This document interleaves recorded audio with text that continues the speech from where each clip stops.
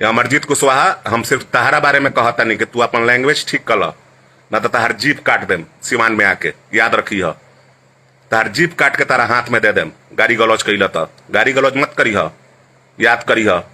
तनी हमरा चेहरवा पर ठीक से ताक ली है, अपन याद करिए अपन दिन दशा। तनी ठीक से चेहरवा याद आवा तनु हमनी के। गाड़ी गलौज मत करो, गाड़ी गलौज करब ठीक बात नहीं खे। कहे गाड़ी गलौज करब तू स्वर्ण समाज के कहे गाली देता रहो। सिवान के एगो दूगो कुत्ता सियार भइल बारन सन, जौन अपने के विधायक कहता रन सन, जौन के जौन बुझाता जौन कह देता। अरे तहनी जैसन कुत्ता सियार ना केहू के रहे दी चैन से, ना तो केहू के सूते दी चैन से। तहनी के विधायक हो लोगिन, तहनी के विधायक लाइक बारह लोगिन, कहीं से लागत रहो लोगिन तहनी के विधायक बारह लोगिन। गाड़ी देता रहो लोगिन माई बहन बेटी के, लेकिन हमारा मौका मिली तो राउट जीप काट लेती, राउट जीप काट कर रुआ हाथ में दे देती कि रुआ जिसन गंदा व्यक्तित्व आदमी, रुआ इतना गंदा शब्द के प्रयोग कहीं नहीं है समाज खातिर। ये समाज के बलिदान और कुर्बानी और त्याग याद नहीं खे, ये समाज के कुछ याद नहीं खे, लेकिन इस समाज के बारे में गंदा बात बोले खातिर रुआ सब कुछ याद कैले बनी। ई जानता नहीं कहे रुआ कहता नहीं। चुनाव में तो रुआ कुछ कैले नहीं की, लोग के मदद कैले नहीं की। जौन लोग के वोट लेके रुआ जीतल बनी, सबसे पहले वही लोग के धोखा दिले बनी, और सिर्फ जात पात के नाम पे चुनाव जीता तनी लोगिन। और माई दूध पियले तो निर्दलीय लड़के देखिए, निर्दलीय हम ओजा से आके जीरा दही से लड़तनी, रुआ पता चल जाई कि वोट और लोग के बीच में का रहल कहा। बंडमरू विधायक जौन अपने आपके विधायक कहता, एकरा पे कोनो मुकदमा दर्ज ना होई। जौन गाली देता एकरो पे मुकदमा दर्ज होके के चाहिए। अगर न्यायपालिका, अगर सच में प्रशासन अगर निष्पक्ष बात, तो ऐसा विधायक के उठा के बंद कर देवे के चाहिए, जो समाज में जातीय हिंसा पैदा करावे के चाहता। बिल्कुल बंद कर देवे जाए तहरा जिसन विधायक के। आके स्वर्ण समाज से माफी मांगो। अगर तू माफी ना मांगल तो याद रखिए कि स्वर्ण समाज तारा पे मुकदमा दर्ज करी, हम तारा पे मुकदमा दर्ज करवा, मुकदमा दर्ज करके तारा से माफी मांगे के कहेम। तनी हमरा चेहरवा पर ठीक से ताक ली है, अपन याद करिए अपन दिन दशा। तनी ठीक से चेहरवा याद आवा तनु हमनी के। गाड़ी गलौज मत करो, गाड़ी गलौज करब ठीक बात नहीं खे। कहे गाड़ी गलौज करब तू स्वर्ण समाज के कहे गाली देता रहो। भाई बहन सोच पर इतना सस्ता हो गई बा कि तारा ऐसा लोग गाड़ी दी। हमनी के कहू के गाड़ी देता नहीं सन, हमने के कहू के गाड़ी देवे नहीं सन, तारा के गाड़ी देवे नहीं सन का कि तू गाड़ी देता रहो। वोट मांगे खातिर गाड़ी देब? अरे वोट मांगे खातिर अपन काम के ब्यौरा दो, अपना काम के ब्यौरा देब तो अच्छा रही। गाड़ी गलौज मत करो। सिवान मशरक के बहुत दूरी नहीं खे, याद रखी है। तारा पे हम मुकदमा दर्ज करम जातीय हिंसा फैलावे के। जन तू कहले प्रणाम करावे खातिर ओ लाइक बने के पड़ेला। प्रणाम विधायक एमपी के ना कही जाला। हमनी के गांव में चलबा नु तो बहुत रिश्ता बाटे, रोज प्रणामा पति सलामा पति सब लोग से होला, लेकिन प्रणाम करावे खातिर जबरदस्ती प्रणाम करवई बा। प्रणाम दिल से कही जाला, सलाम दिल से कही जाला। जातीय तनाव पैदा कर रहे हैं आप लोग। आप लोग विधायक हैं, दो आदमी मिलकर, एक महाराजगंज का कोई विधायक है और एक जीरादेई का विधायक। ये लोग जातीय तनाव, ये लोग अपना काम नहीं बता रहा है कि 5 साल में ये लोग क्या किया है। ये लोग कभी नहीं बताएगा आप लोगों को काम। ये लोग सिर्फ लड़ाई लड़वाने का बात बताएगा कि ये लड़िए तो उस जात से लड़िए, तो उस जात से लड़िए, तो फलाना जात से लड़िए। ये लोग का यही काम है, गलत सही स्टेटमेंट देकर। हम सभी समाज के लोगों से निहोरा करते हैं, हाथ जोड़ के विनती करते हैं कि ऐसे लोगों का चरित्र को समाज के सामने उजागर कीजिए और जम कर इनका विरोध कीजिए। जैसे विरोध हो, इनका विरोध जैसे किया जा सके कि जो अपने लैंग्वेज पे, अपने भाषा पे मर्यादित होकर अपना विचार प्रकट करें। स्वर्ण समाज के बारे में अगर आप गंदे भाषा का प्रयोग किए हैं तो अमरजीत कुशवाहा जी आप सम्मानित होंगे हमारे लिए कि आकर स्वर्ण समाज से माफी मांग लीजिए। हमारा समाज का कलेजा बहुत है, आपको जरूर माफ कर देना। गंदे वार्ता करके आप दादागिरी मत कीजिए, नहीं तो आपका दादागिरी हम लोग ठीक कर देने में आपको टाइम नहीं लगेगा। आपके जैसा कितना विधायक देखे हैं, आपके जैसा कितना विधायक देखे हैं। गाली गलौज मत कीजिए, बिल्कुल गाली गलौज पसंद नहीं है। आप गाली दे रहे हैं कि अंग्रेज का हम लोग दलाली किए थे, अंग्रेज को माँ बहन बेटी दिया था लोग। और आप क्या किए थे? आप पूजा किए थे, आप पूजा पाठ किए थे। अरे हमारे बलिदान और त्याग के बारे में तो 2 लाइन बोलने के लिए आपके पास शब्द नहीं है।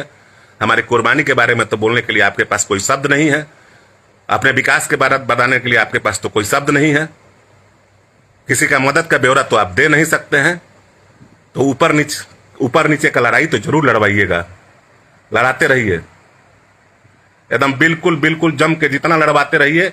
इस लड़ाई से, अगर मैं जानता हूं, इस लड़ाई से उन गरीबों को जरूर नुकसान होगा जो तुम्हारे जैसा नेता चुनते हैं। और यही कारण है कि आज भी वो गरीब गरीब बनकर रहे हैं और तुम अमीर बनते जा रहे हो। सिर्फ तुम, एक आदमी अमीर बनता जा रहा है।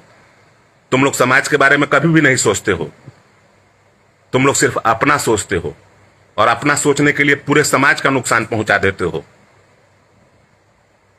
थूकते हैं तुम्हारी विधायकी और तुम्हारे जैसे विधायक पे। सिवान प्रशासन से, छपरा प्रशासन से ऐसे विधायक जो जातीय हिंसा फैला रहे हैं, आप लोग पोस्ट नहीं देखते हैं। इनकी अरेस्टिंग नहीं होगी। मनीष कश्यप की अरेस्टिंग होगी जो समाज का आवाज उठाते, लेकिन इनकी अरेस्टिंग नहीं होगी। ये कह रहे हैं, गाली दे रहे हैं स्वर्ण समाज को, तो इनका कोई अरेस्टिंग नहीं होना चाहिए। समाज में हिंसा भड़का रहे हैं तो कोई अरेस्टिंग नहीं होना चाहिए, इनका भी अरेस्टिंग होना चाहिए। इनका बिल्कुल अरेस्टिंग होना चाहिए।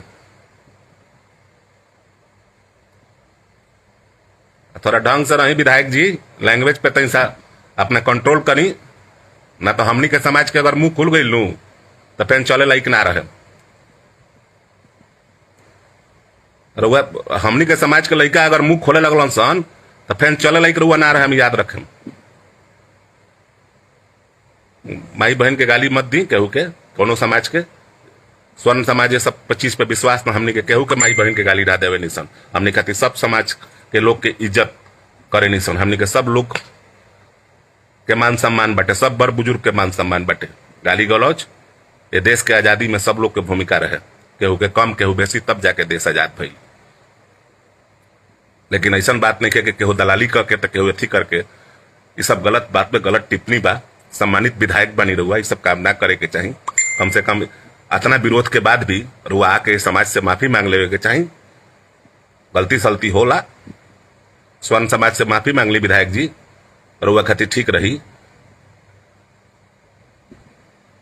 ये वोट इकट्ठा करता नहीं विधायक जी, ऊपर नीचे के कामवा ना देखा है हमनी के।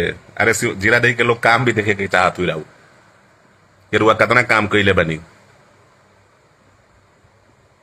अच्छा से रही विधायक जी, रुआ खातिर ठीक रही।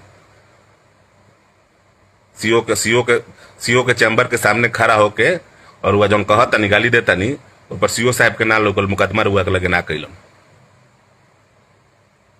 बाकी सब भाई सब ये समाज के सभी नौजवान साथी, हर समाज के नौजवान साथी, ऊपर से लेकर नीचे हर समाज के नौजवान साथी, ऐसे गलत व्यक्ति के जो उनका जमकर विरोध करे और उनकी बातों पर ध्यान ना दे, ये समाज को बांटने का काम करते हैं, ये समाज को तोड़ने का काम करते हैं। ये खुद आगे बढ़ना चाहते हैं, दूसरे को आगे बढ़ना नहीं देना चाहते हैं। ये आप लोग के लिए नहीं लड़ते हैं, इनका काम ही है लड़वा कर जीतना। ये कभी भी आपकी लड़ाई नहीं लड़ते हैं। अगर ये आपकी लड़ाई लड़ते तो आपकी और हमारी दशा ये नहीं होती। जरूर हमारी दशा बेहतर होती और आपकी दशा भी बेहतर होती। ये सिर्फ अपने लिए लड़ते हैं। इनका जाकर देखिए, घर द्वार दिन दुगुना रात चौगुना बढ़ रहे हैं, लेकिन आप अपना दशा देख लीजिएगा, ये कभी भी आपकी लड़ाई नहीं लड़ते हैं। मैं बिहार के सभी लोगों से निहोरा करूंगा कि जात पात की लड़ाई ना लड़ें और ऐसे लोग जो जातीय वर्षन करते हैं इनका विरोध करें। अगर मैं गलत कहता हूं तो मेरा भी विरोध करें। मैं इसलिए विरोध कर रहा हूं कि उनकी भाषा जो स्वर्ण समाज के माँ बहन बहु बेटियों को, अंग्रेजों को लगाकर बोले थे, वो बहुत गलत बोले थे। विधायक जी आप समझदार आदमी हैं, आके स्वर्ण समाज से माफी मांग लीजिए और स्वर्ण समाज के सभी भी सारण जिला के सभी पद पर बैठे मठाधीश लोग से बस यही कहना चाहेंगे, अरे विरोध तो कीजिए। नहीं विरोध कीजिएगा कितना कुकुर सियार चिल्लाने लगा। इनको रोकिए, इनको रोकना जरूरी है। आप लोग विरोध कीजिए और जल्द ही इन पर मुकदमा हम लोग दर्ज करेंगे। एसपी साहब से मिलकर इन पर पटिशन डालेंगे, इन पर पटिशन देंगे कि ये स्वर्ण समाज को गाली दिए हैं, इनको माफी मांगना चाहिए। अगर ये माफी मांग लेते हैं तो इनके लिए उचित होगा।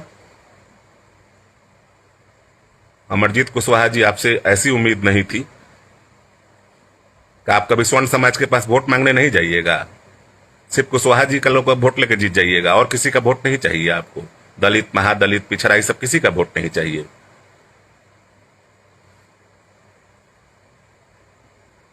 बहुत गलत है। बाकी सब भाई सब विरोध कीजिए, जितना भी हो सके इस पोस्ट को शेयर कीजिए। ऐसे विधायक, निर्लज विधायक जो गाली गलौज करता है, इसका जवाब भी हम लोग अपने तरीके से देंगे। अगर नहीं सुधरेगा तो इसको सुधारने का संकल्प लेंगे। सिवान जिला के मामला है,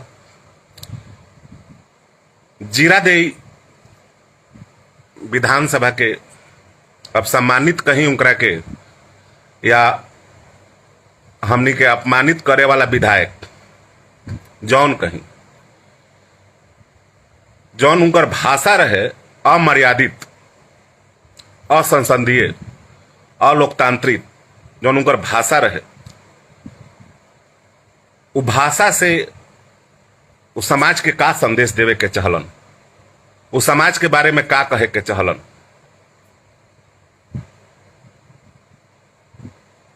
हम पर्सनल केहू के बारे में नहीं कहत, हम माननीय जे वो विधायक जी बारन उनकरा बारे में कहे के चाहतनी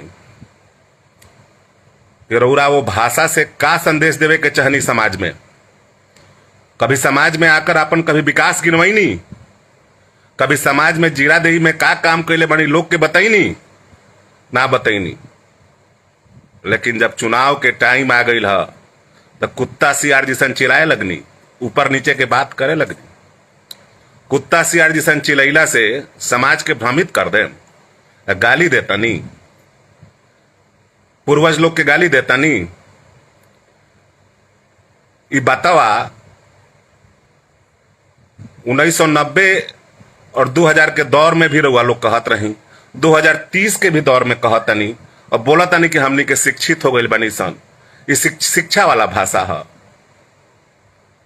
ये कहीं से लागत है कि रुआ शिक्षित भाषा बोलने बनी। रुआ कहता नहीं कि अंग्रेजन हमनी के जमीन दिलन सन, ओकरा बदला में स्वर्ण समाज का दिला। ये तो रउरा जैसन विधायक के अब हम का कहीं, हमरा से श्रेष्ठ होखे, लेकिन हमरा मौका मिली तो राउट जीप काट लेती, राउट जीप काट के रुआ हाथ में दे देती कि रुआ जैसन गंदा व्यक्तित्व आदमी, रुआ इतना गंदा शब्द के प्रयोग कहीं नहीं है समाज खातिर। ये समाज के बलिदान और कुर्बानी और त्याग याद नहीं खे, ये समाज के कुछ याद नहीं खे, लेकिन इस समाज के बारे में गंदा बात बोले खातिर रुआ सब कुछ याद कैले बनी। ई जानता नहीं कहेला रुआ कहता नहीं। चुनाव में तो रुआ कुछ कैले नहीं की, लोग के मदद कैले नहीं की। जौन लोग के वोट लेके रुआ जीतल बनी, सबसे पहले वही लोग के धोखा दिले बनी, और सिर्फ जात पात के नाम पे चुनाव जीता तनी लोगिन। और माई दूध पियले हुई तो निर्दलीय लड़के देखिए, निर्दलीय हम ओजा से आके जीरादेई से लड़तनी, और वह पता चल जाई कि वोट और लोग के बीच में का रहल कहाला। हमनी के चुनाव हार गई नहीं सन, लेकिन 5 साल महाराजगंज के हर कोना में हम हमार परिवार घूमत नजर आवेला, लोग के सुख दुख में नजर आवे नहीं सन। छोट बड़ के बात ना करे नहीं सन, छोट बड़ के बात ऊ करेला जे कुछ काम नहीं खे कैले, जो कोनो समाज के इतना गंदा सोच रुआ कैसे हो गई। ये महाराजगंज सिवान के एगो दूगो कुत्ता सियार भइल बारन सन, जौन अपने के विधायक कहता सन, जौन के जौन बुझाता जौन कह देता। अरे तहनी जैसन कुत्ता सियार ना केहू के रहे दी चैन से, ना तो केहू के सुते दी चैन से। तहनी के विधायक हो लोगिन, तहनी के विधायक लाइक बारह लोगिन, कहीं से लागत रह लोगिन, तहनी के विधायक बारह लोगिन गाड़ी देता रह लोगिन माई बहन बेटी के। हमनी का मर्यादित तना है सन, हमनी के केहू के माई बहन बेटी के गाड़ी तना देम सन, लेकिन शोभा नहीं खे दे ए पद पे रह के तहनी के जौन काम करता रह लोगिन, ऊपर नीचे ऊपर नीचे ऊपर, अरे काम कर लोगिन, देहात में लोग के विकास कर लोगिन। हमरा तो नहीं के बुझात के केहू माई बेटी के बहन के बियाह में अपनो जात में तहनी के जात होबा लोगिन, केहू के मदद करत होबा लोगिन। लेकिन हाँ 2-4 लाइन कह के समाज में तनाव जरूर पैदा कर देबा लोगिन। तहनी के यह कामे बटे, जरूरत बाटे तहनी जैसन लोग के सुधारे आला केहू के। प्रशासन के नहीं खे लौकत, सिवान जिला एसपी साहब रुआ नहीं खे लौकत के विधायक के जौन अमर्यादित बयान आइल है, जौन स्वर्ण समाज के बारे में कहला हन, गाड़ी देला हन, का उनकरा पे कोनो केस मुकदमा ना हो सकेला? मनीष कश्यप जी सन निर्दोष लड़का पे केस कश्यप हो, निर्दोष लड़का पर मुकदमा होई, मनीष कश्यप जी सन निर्दोष लड़का के जेल भेजल जाई। लेकिन हई बंडमरू विधायक जौन अपने आपके विधायक कहता, एकरा पे कोनो मुकदमा दर्ज ना होई? जौन गाली देता एकरो पे मुकदमा दर्ज होके के चाहिए। अगर न्यायपालिका, अगर सच में प्रशासन अगर निष्पक्ष बा तो ऐसा विधायक के उठा के बंद कर देवे के चाहिए, जो समाज में जातीय हिंसा पैदा करावे के चाहता। बिल्कुल बंद कर देवे जाए तहरा जिसन विधायक के। मनीष कश्यप जी से निर्दोष लड़का के सजा काट रहल बा, जे समाज के आवाज उठावत रहे उ सजा काट रहल बा। लेकिन हई गाड़ी देता लोग, ऊपर नीचे के बात करता, हमेशा स्वर्ण के बात, स्वर्ण के गाड़ी, जैसा लागत है कि स्वर्ण लोग के खेत जोत के रख ले बटे, कि स्वर्ण लोग के का कर दिले बा। काहे हिंसा पैदा करत तारा लोगिन, काहे तनाव पैदा कर? एगो आदमी के मत हम दावा ठोक के, सीना ठोक के कहता नहीं कि तहनी के तो एगो बेटी के बियाह ना करेलो लोग, 500 बेटी के बियाह हम अपना हाथ से करेले बनी, तहनी के कहियो ना करेले होबा लोगिन। दुर्भाग्य बा स्वर्ण समाज के विधायक एमपी जे बनल बटे, तहनी के विधायक के एमपी लाइक 12 लोगिन ना कहें। अरे विरोध तो होके के चाहिए नु, कम से कम कि ऐसा लोग अपना भाषा पे कंट्रोल करी। महाराजगंज के सांसद पिटा तरन उ ठीक लागता, लेकिन गाड़ी सुना तरन उ ठीक नहीं खे लागत। अरे विरोध करी लोगिन, अगर कोनो गलत चीज के विरोध करम लोग तो निश्चित बाटे कि समाज रुआ लोग के धन्यवाद दी। विधायक एमपी बनला से बहुत बड़का बात ना होला। हम जब भी जिंदगी में कहले बानी गलत चीज के विरोध कर, विधायक जी तारा बात के हम विरोध करता नहीं कि जौन अमर्यादित ढंग से तू भाषा यूज कैले बार आके स्वर्ण समाज से माफी मांगा।